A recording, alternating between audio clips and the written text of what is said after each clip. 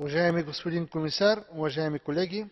Директивата за плодовите сокове е от особено значение, тъй като тя има за цел не само да даде по-пълна и по-точна информация за продукта на потребителите, предпазвайки тяхното здраве, но и да осигури високо качество на визираните продукти, продавани на общия европейски пазар.